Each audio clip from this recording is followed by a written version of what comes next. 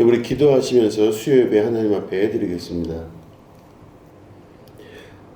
살아계시고 지금도 눈처럼 우리를 지키시고 또한 관심 가지시고 우리를 바라보시는 여호와 우리의 하나님, 우리가 어떤 상황에 처해 있든지 간에 하나님께서 오늘도 우리를 붙드시고 그 오른손 장중에 붙드셔서 우리를 향한 소망과 뜻을 가지고 계신 줄로 믿습니다.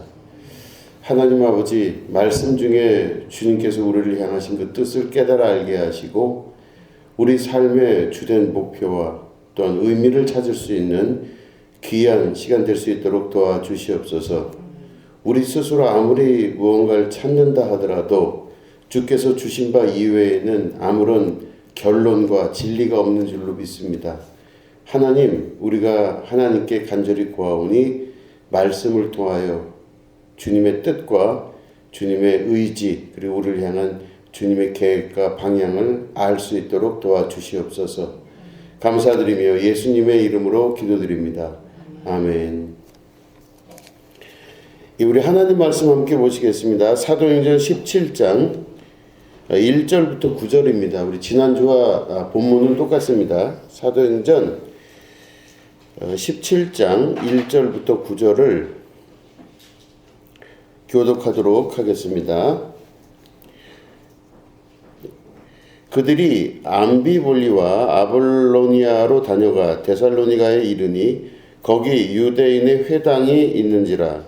바울이 자기의 관례대로 그들에게로 들어가서 새 안식일에 성경을 가지고 강론하며 뜻을 풀어 그리스도가 해를 받고 죽은 자 가운데서 다시 살아나야 할 것을 증언하고 이르되 내가 너희에게 전하는 이 예수가 곧 그리스도라 하니 그 중에 어떤 사람 곧 경건한 헬라인의 큰 무리와 적지 않은 귀부인도 권함을 받고 바울과 시바를 따르나 그러나 유대인들은 시기하여 저자의 어떤 불량한 사람들을 데리고 때를 지어 성을 소동하게 하여 야손의 집에 침입하여 그들을 백성에게 끌어내려고 찾았으나 발견하지 못하며 야손과 몇 형제들을 끌고 읍장들 앞에 가서 소리를 이르되 천하를 어지럽게 하던 이 사람들이 여기도 이름에 야손이 그들을 맞아 들였도다. 이 사람들이 다 가이사의 명을 거역하여 말하되 다른 임금 곧 예수라 하는 이가 있다 하더이다 하니 무리와 읍장들의 이 말을 듣고 소동하여 야손과 그 나머지 사람들에게 보석금을 받고 놓아주니라. 아멘. 예, 오늘은 이제 주보에 있는 그 주제가 아니라 지난주의 주제와 똑같은 야손이 그들을 맞이하여라는 제목의 두 번째 말씀을 같이 나누도록 하겠습니다. 우리가 지난번에 말씀 같이 했던 것을 기억하신다면 오늘 말씀을 들으실 때 더 잘 이해가 되실 줄로 믿습니다. 교회는 그리스도의 신부입니다. 그러니까 우리 그리스도 예수님이 신랑이시라면 교회는 그의 신부예요. 그러니까 우리가 곧 그리스도의 신부이고 예수님이 그리스도가 되십니다. 신랑과 신부의 역할을 감당하는데 기억을 하신다면 그리스도는 곧 둘째 아담이셔요. 두 번째 아담. 그죠?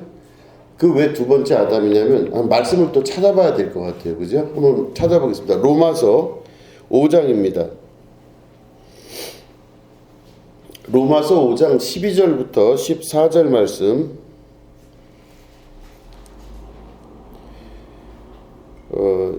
이거 한번 같이 읽을까요? 로마서 5장 12절부터 14절을 같이 읽겠습니다. 로마서 5장 12절부터 14절까지 로마서, 사도행전, 그 다음에 로마서. 로마서 5장 12절부터 14절을 우리 같이 읽도록 하겠습니다. 시작. 그러므로 한 사람으로 말미암아 죄가 세상에 들어오고 죄로 말미암아 사망이 들어왔나니 이와 같이 모든 사람이 죄를 지었으므로 사망이 모든 사람에게 이르렀느니라. 죄가 율법 있기 전에도 세상에 있었으나 율법이 없었을 때에는 죄를 죄로 여기지 아니하였느니라. 그러나 아담으로부터 모세까지 아담의 범죄와 같은 죄를 짓지 아니한 자들까지도 사망이 왕노릇하였나니 아담은 오실 자의 모형이라. 아멘. 자, 아담은 하나님의 형상을 닮은 자로서 이 창조 세계를 다스리는 권세를 쥔 사람이었습니다. 그러니까 아담은 하나님과 닮은 자로 그러죠. 그 형상을 닮은 자인데 그 아담은 하나님의 말씀, 다시 말해 그 당시 말씀은 하나님과 아담과의 맺은 계약입니다. 그죠? 약속. 그걸 이루는 자가 바로 아담이었었습니다. 그래서 아담은 하나님을 닮았기 때문에 하나님의 아들이라 칭함을 받을 수가 있었죠. 하나님을 안 닮으면요 아버지가 될 수가 없잖아요. 다시 말해 닮았다 그 뜻은 아버지다 그 뜻이에요. 하나님의 형상을 닮았다 그런 것은 하나님의 자녀이다 이런 뜻이죠. 그러니까 아담은 하나님의 자녀로서 하나님과 약속을 맺은 자입니다. 근데 문제가 뭐냐? 아담이 약속을 어기게 됩니다.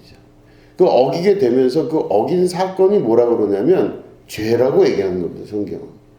하나님과 약속했는데 그 약속을 어긴 그 사건, 그 죄가 태어난 사건이에요. 그런데 보면은 사실은 우리 이 로마서 5장 13절에 보면요. 지금 우리가 읽은 말씀이죠. 죄가 율법 있기 전에도 세상에 있었대요. 무슨 말이냐면 율법은 모세로부터 십계명부터 시작하잖아요. 그죠? 그러면 율법이 있기 전에는 원래 죄라고 부를 수가 없었다는 거예요. 그렇잖아요. 법이 없는데 어떻게 이 사람이 죄를 졌다고 할 수 있겠습니까? 그러니까 율법이 있기 전에는 그 사람이 죄를 졌다 이야기할 수가 없어요. 자, 이 보면은 13절 말씀 제가 다시 읽어볼 테니까 잘 들어보세요. 죄가 율법 있기 전에도 세상에 있었으나 율법이 없었을 때에는 죄를 죄로 여기지 아니하였느니라. 이렇게 돼 있죠. 그럼 다시 말해 죄가 있음에도 불구하고 율법이 있기 전에는 모세의 율법 10계명이 있기 전에는 죄를 죄로 여기질 않았대요. 그죠? 그럼 다시 말해 죄가 있었지만 이걸 죄다라고 말할 수 있는 게 없었다는 뜻입니다. 그러니까 율법이 있어야 그게 저희가 되잖아요. 근데 사람들은 그래서 죄를 졌다 할 때는 모세의 율법 곧 10계명을 어겼을 때 죄라고 여기는 거예요. 그죠? 그리고 10계명 이후에 레위기에 보면은 레위법을 통해서 신명기법을 통해서 쭉 내려와서 863개 정도 되는 예수님 당시만 하더라도 엄청난 법의 이 숫자가 늘어나게 돼요. 맨 처음엔 10개였어요. 10계명. 이게 쭉쭉쭉쭉쭉 더 생겨서 863개라고 하는 율법이 만들어져요.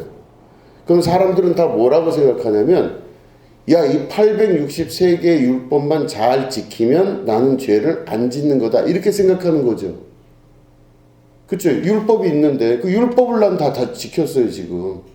그러니까 내가 이걸 다 지켰어. 세서 다 체크를 해보니까 나는 죄 863개의 율법을 다 지켰어요. 그럼 이 사람은 죄가 없는 거죠. 다 지켰으니까 죄가 없잖아요. 이게 이스라엘이 갖고 있었던 가장 큰 모순이고 잘못된 거였었어요. 바울의 이 논리를 보면. 그죠? 로마서는 바울이 쓴 책이잖아요. 우리들은 약속이 있다 그래서 10계명부터 율법이 생겼기 때문에 10계명 이전에는 죄가 없다라고 생각을 했다는 거죠, 사람들이.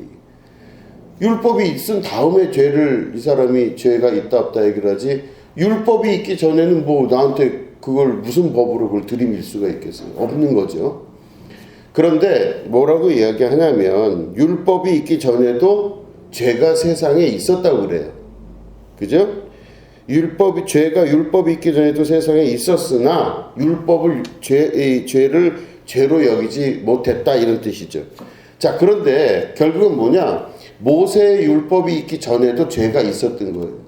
죄의 아비인 마귀가 뱀으로 변신했던지 해서 아담과 하와에게 다가가서 근원적인 죄를 이야기한 거죠. 그래서 이걸 하나님과의 약속을 무너지게 만들고, 이게 죄예요. 자, 그런데 중요한 거는 이 인류, 이 세상의 모든 죄는 누구로부터 온 거예요?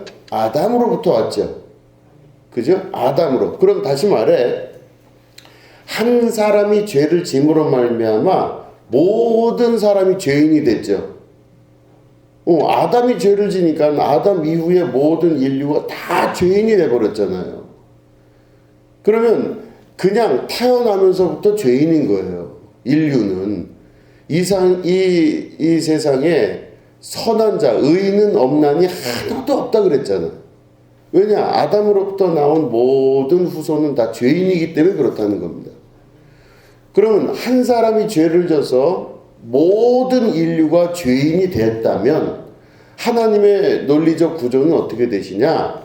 한 사람이 죄를 져서 모두 죄인이 됐다면 한 사람이 죄 용서함 받으면 모든 사람이 구원을 받는 역사를 만드신 거예요, 하나님이.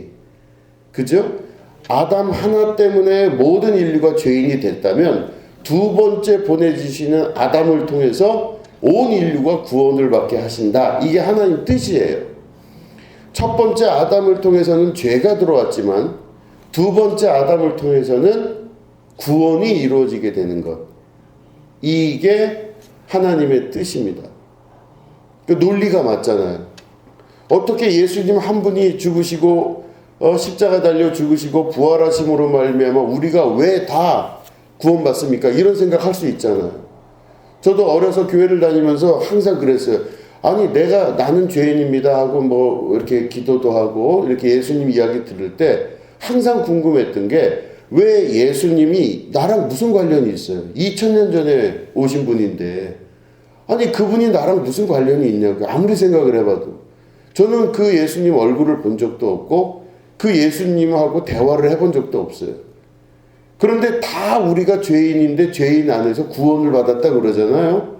그 논리가 어떻게 작용을 하나 봤더니 로마서에 있는 말씀 그대로 그런 논리예요.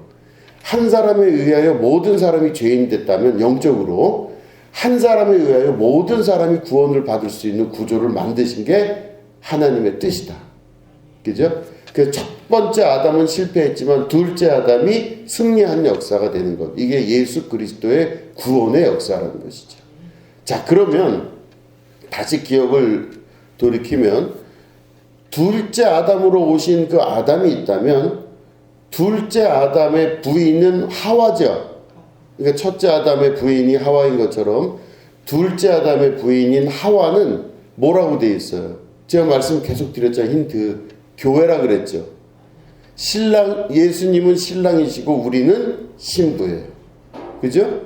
신랑 대신 예수님이 이 땅에 다시 오셔서 구름 타고 이 땅에 오셔서 천국잔치가 이루어지게 되는 게 곧 구원이 완성되는 단계입니다. 그럼 우리 신랑 대신 예수님이 두 번째 아담으로서 오신다면 그 부인이 누구냐? 이 신부된 부인이 누구냐? 구원받은 자들로서 신랑 대신 아담을, 그죠? 두 번째 아담을 돕는 자죠. 그죠? 아담을 첫 번째 아담 만들 때 뭐라 그랬어요? 그 아담이 돕는 배필이 없으므로 하나님께서 그를 돕기 위하여 하와를 만드셨다, 이렇게 돼 있잖아요. 성경은, 창세기는. 그러니까 다시 말해 하와의 탄생 목적은 아담을 돕는 겁니다. 그럼 아담을 뭘 돕냐? 하나님과 아담 사이에 약속한 것을 지켜나가고 완성할 수 있도록 하와가 돕는 거예요. 그죠? 그러면 두 번째 아담이신 예수님이 오셨어요. 그리스도께서 이 땅에 오셨어요. 그러면 그리스도께서 이 땅에 오셨는데 오신 그리스도, 우리 예수님을 돕는 배필, 신부대 그 사람이 뭐예요? 교회라 그랬잖아요. 그럼 교회는 무슨 일을 해야 되냐? 신랑 되신 예수님을 도와야 돼요. 그죠? 신랑 되신 그리스도 예수님을 돕는 게 둘째 아담이신 예수님의 신부로서의 교회의 역할이에요. 그럼 도와야 되는데, 그럼 뭘 돕냐? 자, 뭘 도와요? 아담은 하나님과의 약속을 어겼죠. 그죠? 그건 하와 때문에 어긴 거예요. 두 번째 아담으로 오신 예수님은 하나님과의 다시 한번 일어난 재계약, 구원의 약속을 이루기 위해서 오셨는데, 교회가 뭘 도와야 되냐? 그리스도께서 구원하시는 구원의 역사를 돕는 겁니다. 그죠? 세상을 구원하시고 세상의 역사 가운데 하나님의 나라가 임하게 될 수 있도록 그걸 돕는 게 교회예요. 그 교회는 우리가 때로는 사람들이 많이 모이고 뭐 이런 것들이 교회라고 많이 얘기를 해요. 인류 역사를 통틀어 보면 유럽 역사도 교회 건물이 엄청 크잖아요. 큰 건물이 있습니다. 성당부터 시작해서 큰 교회 건물. 미국 같은 데 가보면요, 어마어마한 운동장 막 그 실내 그 체육관 같은데 교인들이 모이는데 수만 명, 뭐 십수만 명이 모이는 교회들이 많아요. 대형 교회들이 막 모여서 찬양하고 막 이렇게 하는 일이 많습니다. 그거를 우리는 교회라고 얘기를 해요. 그 건물이 있고 그 건물을 유지하고 거기에 멤버들이, 사람들이 모여서 찬양하고 예배드리고, 이거를 교회라고 생각을 해요. 그런데 그 교회가 진짜 교회인지 아닌지를 구별하고 판별할 수 있는 중요한 기준점이 있는데, 그게 바로 뭐냐면 신부된 역할을 감당하고 있느냐 아닌 겁니다. 교회가 신부된 역할을 감당하느냐. 그러면 신부된 역할은, 교회는 이 땅에 그리스도로 오신 예수님의 구원 사역, 다시 말해 하나님께서 예수님에게 부여하신 그 구원 사역을 돕는 일이에요. 그러니까 철저하게 그걸 도와야 교회입니다. 돕지 않으면 교회가 아니에요. 돕는 배필로서의 역할을 감당해야 교회지, 돕지 않는 사람은 교회가 아니에요. 하나님께 간절히 구하고 자기 구할 것을 찾고, 뭐 내가 이게 필요하고 저게 필요하고 이 옷도 사야 되고 뭐도 해야 되고, 우리가 생활에 필요한 이런 것들을 막 구하고, 이런 게 교회인 줄 알고 있어요. 그럼 우리 같이 기도할 때 그러잖아요. 다 같이 기도 제목 내시기 바랍니다. 특히 이제 헌금할 때 그런 거 많이 하잖아요. 자, 기도 제목 내세요. 자, 명확하게 기도 제목 적으세요. 내가 진짜 하나님 앞에 기도해야 될 기도 제목 적으세요. 우리 자식 이렇게 되게 해주세요. 두 번째, 건강 지키게 해주세요. 하나님 이번에 계약 잘 되게 해주세요. 네 번째, 돈 잘 벌게 해주세요. 다섯 번째, 뭐가 잘 되게 해주세요. 이거 기도 제목 넣잖아요.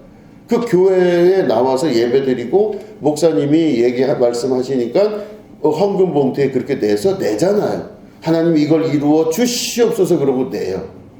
근데 그 내용을 자세히 보시면 다 누구를 위한 기도예요? 나를 위한 기도죠.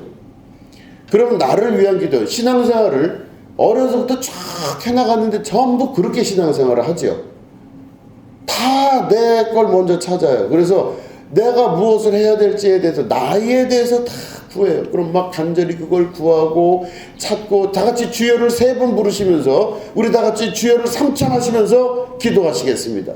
주여 하고 기도하는, 하나님 이걸 도와주시옵소서. 하나님 내 속을 좀 풀어주세요. 하나님 어째 기도하는데 이렇게 안 될 수가 있습니까? 뭐 입시철 가까이 되면 그거 많이 하잖아요. 입시철 가까이 되면 절도 하고, 그때는 뭐 종교 세계가 막 열리고 난리 나죠. 뭐 절이나 교회나 무슨 다 같이 주여 3차 하시면서 하나님 앞에 자녀를 위해서 기도하겠습니다. 자녀의 입시를 도와주시옵소서 그거 막 기도하잖아요. 이게 교회라고 생각하십니까? 제가 그 전에 다 얘기했잖아요. 이게 교회일까 과연? 그러면 거기 기도의 제목, 내가 살면서 신랑 되신 예수님을 돕는 자로서의, 돕는 배필로서의 교회예요. 내가 만약에 그렇다면 그 기도 제목이 이상할 거예요. 돕는 자가 아니라 돕는 건 아무 상관없이 지금 다 내 앞가림한데 지금 다 가 있는 거예요. 기도 제목이. 예수님 분명히 말씀하셨어요. 너희를 위하여 무엇을 먹을까? 무엇을 입을까? 그죠? 무엇을 마실까 걱정하지 말라 그러셨죠. 이는 이방인들도 구하는 것이라 그랬죠. 그러니까 이방인들이 다 그렇게 구하는 거예요. 이방인들이. 예수님이 보셨을 때 기도 제목 내고 주여 삼창하고 때로 따라서 이렇게 해달라고 저렇게 해달라고 막 구하고 바라고 해서 이게 어느 날 됐어요. 그러면 하나님이 역사하신 거고 이게 안 됐어요. 그러면 하나님이 역사 안 한 거예요. 막 화가 나고 분노하고 그러잖아요. 이게 예수님이 보실 때에도 무엇을 먹을까 입을까 마실까 그걸로 보이시는 거예요. 다. 그러면서 예수님이 드레핀 백합화를 보라 막 이 말씀하시고 우리는 여러 번 그 말씀 들었죠. 다 자기의 이생의 자랑과 이 모든 것들을 위해서 자기가 구하고 바라고 소망하는 것들을 계속 구한 겁니다. 그런데 이게 성경의 전체적인 맥락으로 보면 내가 과연 교회로서의 역할을 감당했나? 아니면 수만 명이 모이고 수천 명이 모이고 수백 명이 모이는 교회, 그 교회에서 다 같이 주여 삼창하고 어딜 봐도 교회 같아요. 어딜 봐도 해소도 잘 되고 은혜로운 것 같아요. 그리고 기도 한번 그렇게 크게 하고 나서 오면요 뭔가 다 되는 것 같고 마음도 좋아져요. 그게 과연 교회일까? 그러니까 저는 아니라고 생각을 합니다. 명확하게 교회는 어떤 것이냐, 자기의 일들을 하나님께 맡기는 겁니다. 일단 내 먹고 살고 하는 것들 맡기고, 자녀의 문제 맡겨야 돼요. 그리고 나머지 문제 맡겨야 돼요. 그럼 나는 그 맡긴 나머지 갖고 뭐 하느냐? 나는 머릿속에 있는 모든 생각은 그리스도를 돕는 일, 내가 돕는 배필로서 어떻게 살아야 될까 방향을 잡는 것이 더 중요하다는 거죠. 그러면 신앙생활은 바로 어떻게 해야 되는 거냐? 돕는 자로서의 역할을 감당하는 겁니다. 어떻게 도울 수 있겠어요, 내가? 무슨 방법으로 도와야 되잖아요. 그리스도를 돕기 위하여, 다시 말해 이 땅에 우리를 위하여 오신 예수 그리스도를 돕기 위하여 나 같은 교회가 존재를 하는 것입니다. 그런 교회들이 같은 뜻 안에서 중구난방에 있는 것이 아니라 성령의 하나됨으로, 말씀을 중심으로 성령의 하나됨으로 모였을 때 교회가 이루어지게 되는 것이에요. 그때 내가 교회가 되는 겁니다. 그럼 내 삶의 방향과 목적은 뭐예요? 그리스도를 도와야 된다는 거예요. 어떻게 그리스도를 도울까? 계속 머릿속에서 생각나고 떠오르게 하시는 거예요. 이게 그리스도를 돕는 일입니다. 예수님의 제자들은 다 그리스도, 그 예수 그리스도의 나머지 유업을 돕고 이루기 위해서 자기들의 삶을 다 하나님께 헌신하여 보내드렸어요. 이게 교회의 시작입니다. 이게 초대교회, 원시교회, 초대교회의 시작이에요.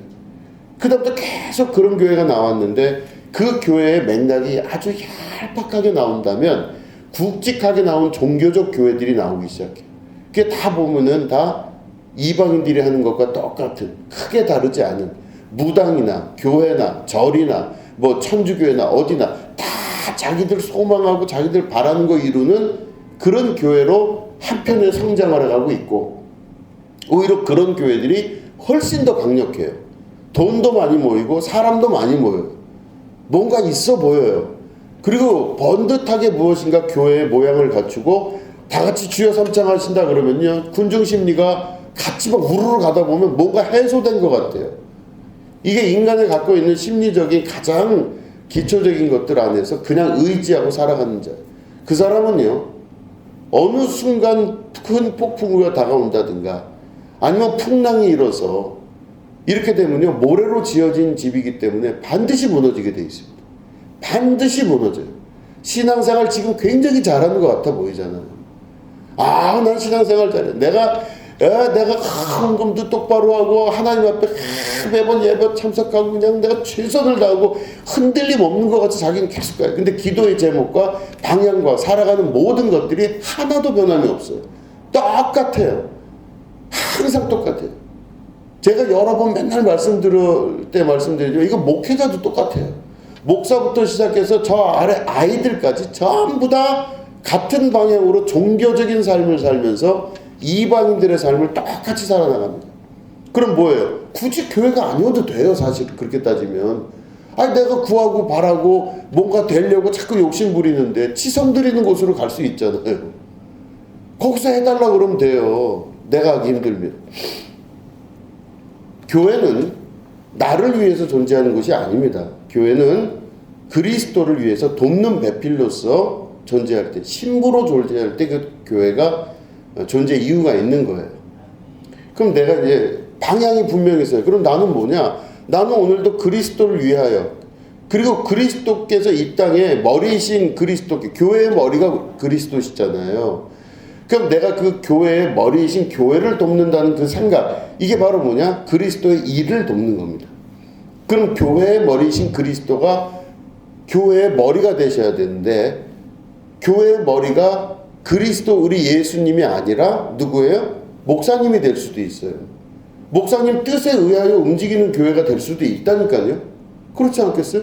아 근데 목사님이 좀 비실비실해요. 그러면 그 머리가 누가 돼요? 장로님들 몇 명이나 장로님들이 들어가서 교회 좌지우지 하잖아요. 그 교회라고 할 수 없어요. 그냥 이익단체인 거 어느 정도. 그렇게 돼서 교회는 예수님이 주인 되보지 못한 교회들이 많다는 뜻입니다. 그 교회는 교회가 아니에요. 안타깝게도. 모양은 다 갖췄어요.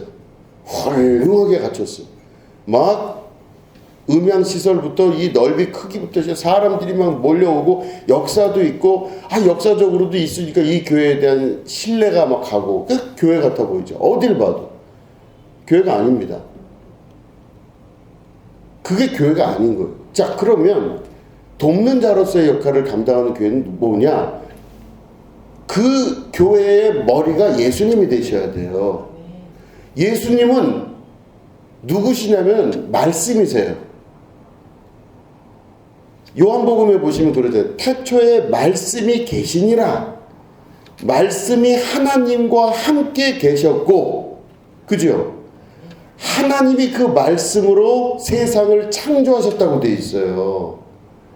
그죠? 그럼 자, 태초에 말씀이 계셨는데 말씀이 하나님과 함께 계셨어요. 그러면 하나님 계시고 말씀도 계셨다는 뜻이거든요.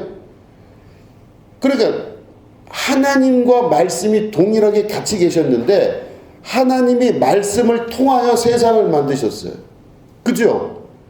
그러면 이 세상을 만드신 분이 곧 누구다? 하나님이신데 예수님을 통하여 만드신 거예요. 그럼 이 세상이 다 누구를 통하지 않고는 안 돼요? 예수를 통하지 않고는 이 세상이 나온 게 아무것도 없어요. 다 예수님 통해서 나온 거예요. 예수님 통해서 나왔으면 누구 거예요? 예수님 거죠. 그렇지 않습니까? 그래서 요한복음은 그렇게 명확하게 얘기해요.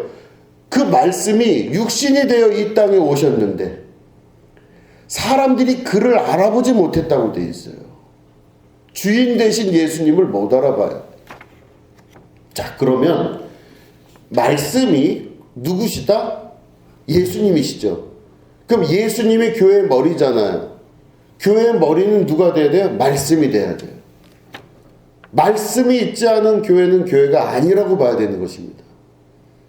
그러면 예수님을 돕는다는 것은 말씀이 그대로 이루어지는 것을 돕는 것이에요. 우리가 주님 뜻대로 되기를 원하나이다. 말씀대로 되기를 원하나이다. 주께서 말씀하신 그대로 이루어지기를 원하나이다. 그죠? 이게 곧 말씀이 주인 되시는 교회의 역할이고 교회의 역사인 겁니다. 그게 아니면 안 돼요. 다시 확인하면 그 자리를 목사님이 들어가면 안 돼요.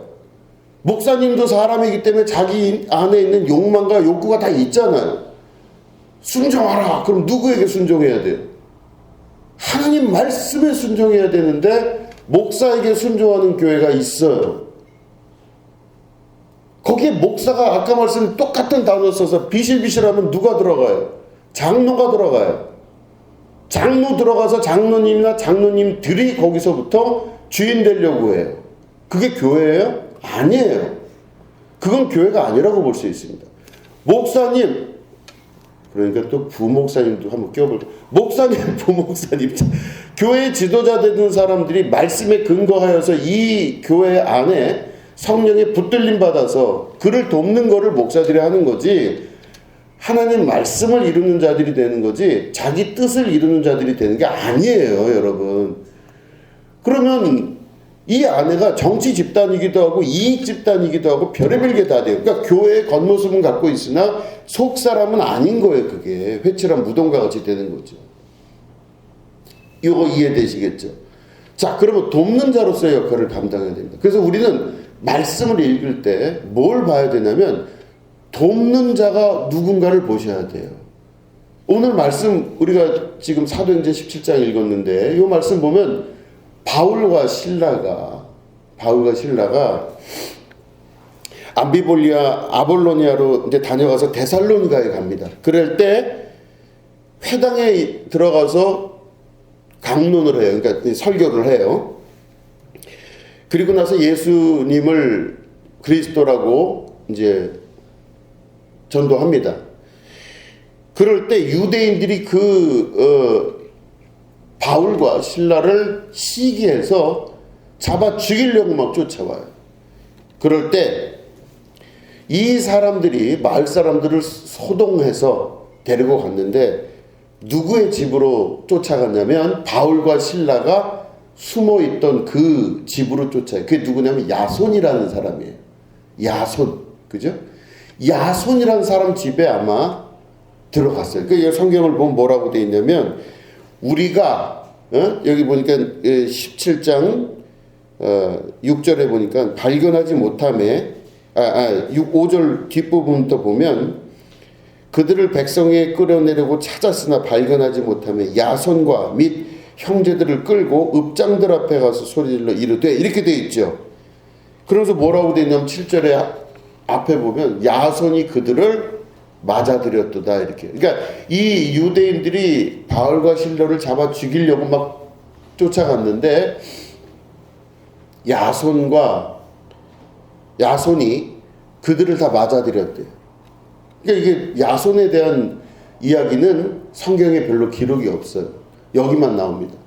이 야손이라는 사람이 데살로니가 이 이방인이죠. 그러니까 외국 나라에 살면서 바울의 설교를 들은 거예요. 바울의 설교는 뭐예요? 예수님이 그리스도시고 그 그리스도 되신 예수님은 구약 그 옛날부터 말씀에 예언되어져 오신 우리를 구원하신 메시아로 오신 분이 예수님이다. 이거예요. 그렇기 때문에 예수님이 십자가 달려 죽으시고 부활하신 이후에 우리를 위하여 성령을 보내주시고 우리를 예수 그리스도를 믿는 자에게 하나님의 자녀가 되는 권세를 주시고 구원을 이루신다는 것을 믿으라는 거예요. 이게 바로 바울이 그를 설교를 했는데 그 이야기를 듣고 어떤 사람들은 바울을 전 나쁜 놈이다 그래서 자기들의 유익에 해가 될까봐 막 바울을 죽이려고 하는 사람이 있는 반면에 그 똑같은 설교를 듣고 이쪽에 있는 사람들은 예수님을 마음에 믿기 시작해요. 사람이 달라요. 이상하죠? 여러분들은 말씀을 참 잘 들으시고 좋아하시잖아요. 그죠? 그런데 말씀 듣는 거 정말 힘들어하는 사람 많고 교회 다녀도요. 교회에서 말씀 이외에 다른 거 하는 걸 훨씬 좋아하는 사람 많아요. 교회 가면 할 거 많잖아요. 큰 교회 가면. 우리 교회는 그렇게 많지 않지만 뭐 이것도 있고 저것도 있고 막 많아요. 뭐 놀러도 가야 되고 뭐 바자회도 해야 되고 뭐 이것도 해야 되고 저것도 여성교회 남성교회 막 이것도 해야 되고 그게 교회 생활인 건 줄 알아요. 재정 담당도 해보고 선교 담당하고 뭐 단기 선교 가고 거기서 있다가 오기도 하고 모든 교회들이 하는 똑같은 행동들이 다 있어요. 그게 교회 생활인 줄 알아요. 당연히 가갖고 앉아가지고 기도 제목 적을 때 또 기도 제목 적고 내고 다 같이 중보 기도해서 우리 이거 이룰 수 있도록 도와달라고 기도합시다. 그러고 다 누구 형제 누구 자매 이번에 어떻게 하게 해주십시오. 이거 서로 하고 있고 이게 교회 생활이니까 그 재밌는 거예요. 좋은 거죠. 외로울 때 얼마나 힘이 되겠어요. 큰 힘 되죠. 인간적 위로니까. 제가 이민교회 여러 번 말씀드리지만 이민교회는요, 외로우면요 아주 중요한 것이 이민교회예요. 거기서 그 외국에 떨어져 가지고 자기들이 유학 가거나 뭐 혹은 뭐 살 때 뭐 있어요. 어디 한국 사람끼리 말 통하는 사람끼리 있는 게 얼마나 좋아요. 그럼 거기서 할 수 있는 게 뭐다? 외로움을 이길 수 있는 힘이 생겨요. 이게 사랑이다. 이게 그리스도의 사랑인 것 같다라고 느껴져요. 왜냐하면 나를 사랑하니까. 근데 실제로는 교회가 무슨 역할을 한다고요? 그 사람을 위한 것도 있지만 더 중요한 건 그리스도를 돕는 일에 그가 세워져야 되는 거지. 이게 교회예요. 자, 그래서 어쨌든지 간에 똑같은 상태에서 말씀을 들은 사람 중에 야손이라는 사람이 바울의 복음을 듣고 너무 감사하고 기쁘고 막 자기 감동을 한 것 같아요. 그러니까 감동하고 기뻐하니까 어떻게 했냐면 바울과 신라를 초대한 거예요. 자기 집에. 일로 오세요. 일로 오세요. 여기 뭐 어디 뭐 특별한 숙소도 없을 텐데 우리 집으로 오세요. 그래서 초대를 했어요. 그러니까 바울과 신라가 거기 들어가 있었는데 유대인들과 나머지 사람들이 마을 사람들이 막 들고 일어나서 바울과 신라를 죽이려고 막 쫓아가는 거예요. 그러니까 어디 갔다 막 찾다 보니까 어디를 갔다 야손이라는 사람 집에 들어갔다는 걸 알고 들어갑니다. 들어가서 어떻게 했냐면 야손과 그 식솔들까지 다 끌어내요. 이 사람들이. 그래서 동네에 읍장들이라고 그러죠. 동네 읍장한테 끌고 가요. 그래서 이 동네의 장이죠, 장. 거기를 끌고 가서 야손까지 그냥 다 밀어 넣은 상태에서 이놈들이 가이사, 다시 말해 시저, 로마의 황제 이외에 또 다른 신이 있다고. 로마의 황제가 신이지 어떻게 예수라는 인간이 신이냐고. 막 이 사람들은 예수님이 곧 하나님이시고 하나님이 신이라고, 왕 이외에 다른 신이 있다고 이야기합니다. 이거 죽여야 됩니다 이렇게 얘기를 하는 거예요. 그런데 기가 막힌 일이 뭐냐, 이 사람들이 죽인다고 막 하고 막 읍장들 앞에서 난리가 나니까 이 다 끌려왔던 사람들 중에 야손이라는 사람이 자기 집에 바울과 신라를 초대했잖아요. 이 사람이 같이 끌려 나오면서 얼마나 힘들었겠어요. 두들겨 맞기도 하고 비참했을 텐데 자기가 약속을 해요. 내가 돈을 이만큼 보석금을 낼 테니 우리를 풀어달라고 얘기를 해요. 그 자기가 가지고 있는 돈을 다 털어서 보석금으로 주고 나머지는 다 풀려나는 걸로 해서 나오게 됩니다. 자, 그러면 이 야손이라는 사람이 어떤 일을 한 거죠 지금? 교회가 된 거예요. 교회가 됐죠. 교회는 뭐라고요? 돕는 배필이죠. 그죠? 신부된 자로서 돕는 자였어요. 이 야손은 누구를 도왔어요? 바울을 도왔죠. 근데 실제로는 바울을 도운 게 아니에요. 바울을 도운 게 아니라 바울을 통하여 일하시는 그리스도를 돕는 거예요.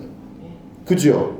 자, 이거 보시면 우리가 이 원리를 잘 이해하셔야 되는 게, 바울이 그 전에 사울일 때 다메섹 도상에 예수 믿는 사람들 죽이려고 잡으러 가는 중에 예수께서 나타나셨잖아요. 음성으로. 사울아 사울아 누구십니까? 왜 네가 나를 핍박하냐 그러죠. 그럴 때 이 사울아 사울아 왜 네가 나를 핍박하냐 할 때 사울은 한 번도 예수님을 본 적도 없고 예수님을 만난 적도 없는 사람이에요. 그렇잖아요. 근데 사울이 예수님을 핍박했다고 예수님이 지금 그러세요. 네가 왜 나를 핍박하느냐. 그럼 아마 사울은 어떻게 얘기해야 되냐면, 아니 죽고 부활하여 승천하셔서 이 땅에 없으신 양반을 가지고 왜 당신을 내가 언제 핍박했습니까? 이렇게 얘기를 해야 돼 원래는. 왜냐면 그때 다메섹 도상 갈 때는 예수님이 부활하신 다음에 승천하셔서 하나님 보좌 우편에 계실 때거든요. 그러니까 이 땅에 안 계실 때예요. 그러면 네가 왜 나를 핍박하느냐 할 때 사울이 그렇게 말할 수 있잖아요. 내가 예수님 만난 적도 없는데 내가 예수님을 언제 핍박했습니까? 이렇게 얘기를 해야 돼요 원래. 근데 이 말씀의 중요한 뜻은, 예수님은 네가 나를 핍박한다 할 때 그 내가 누구냐? 내가 곧 교회란 뜻이에요. 바울은 교회를 핍박하러 간 거잖아요. 예수님 돕는 자들을 잡아 죽이려고 돌아다니는 거잖아요. 그렇기 때문에 곧 바울이 교회를 핍박한 것은 곧 예수님을 핍박한 겁니다. 그죠? 교회를 핍박하면 곧 예수님을 핍박한 거예요. 그런데 교회를 돕는 것은 곧 예수님을 돕는 거죠. 이 논리가 여기 보면은 야손은 바울을 도왔어요. 고난받으면서 바울을 도왔는데 이게 바울 개인을 도운 게 아니라 교회를 도운 거예요. 그리고 자기가 교회 역할을 감당한 거예요. 돕는 자의 역할을 한 거죠. 그다음에 이 야손이 성령이 그 위에 말씀은 없지만 아마 성령이 그 야손을 돕기 시작하면서 교회가 그로부터 시작된 것입니다. 그죠? 이게 교회예요.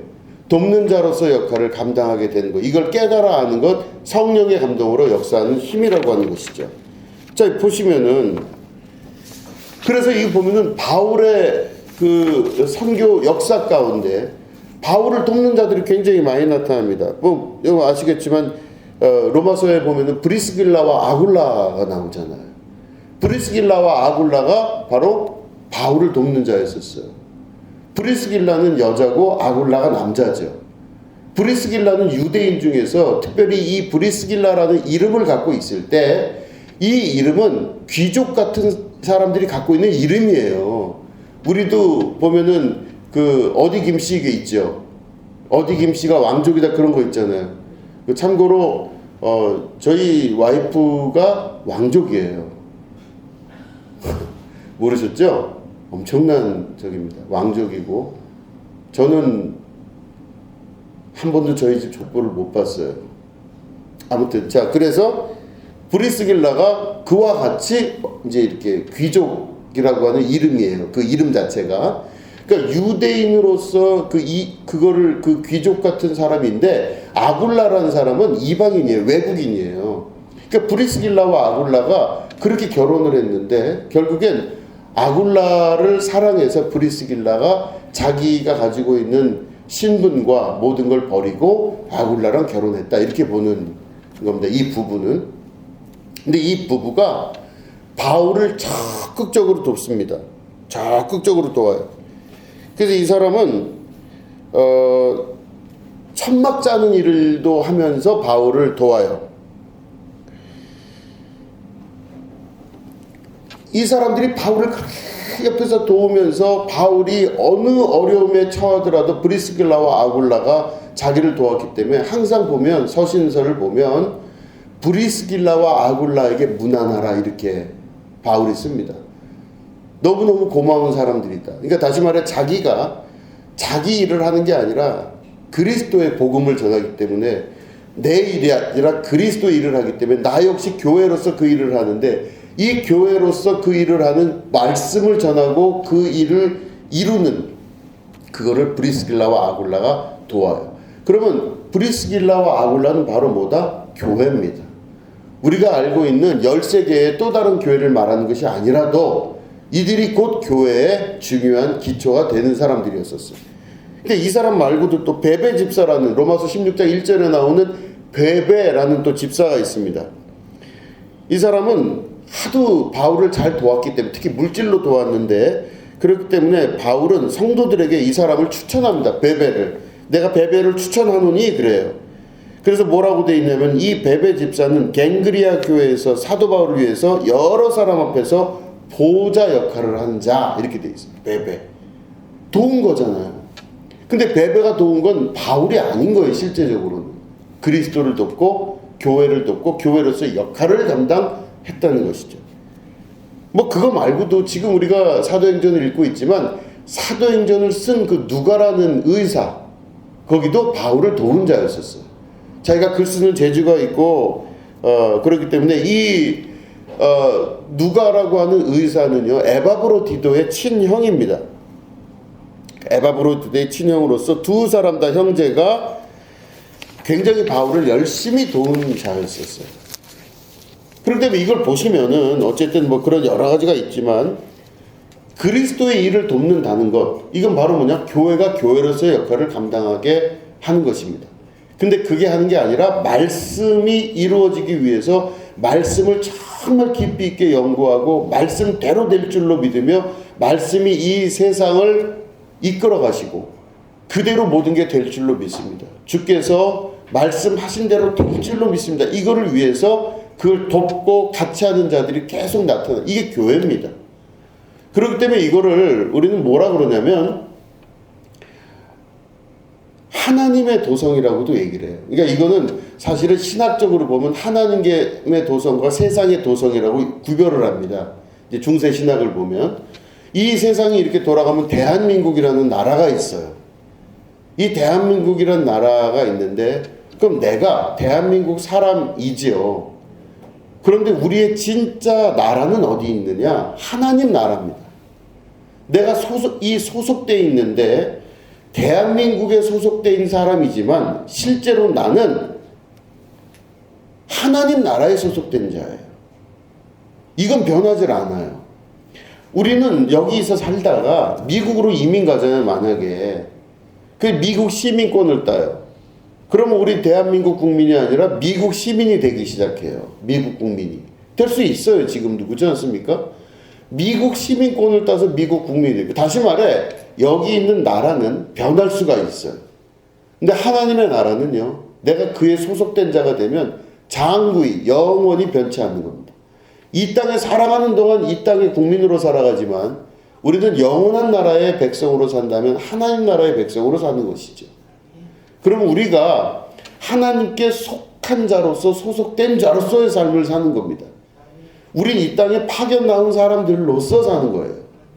그렇기 때문에 우리는 이 땅에 살아가는 동안 대한민국 국민이라는 생각을 30% 가지고 있다면 70% 이상은 나는 하나님 나라의 백성이라는 걸 알고 가셔야 되는 거죠.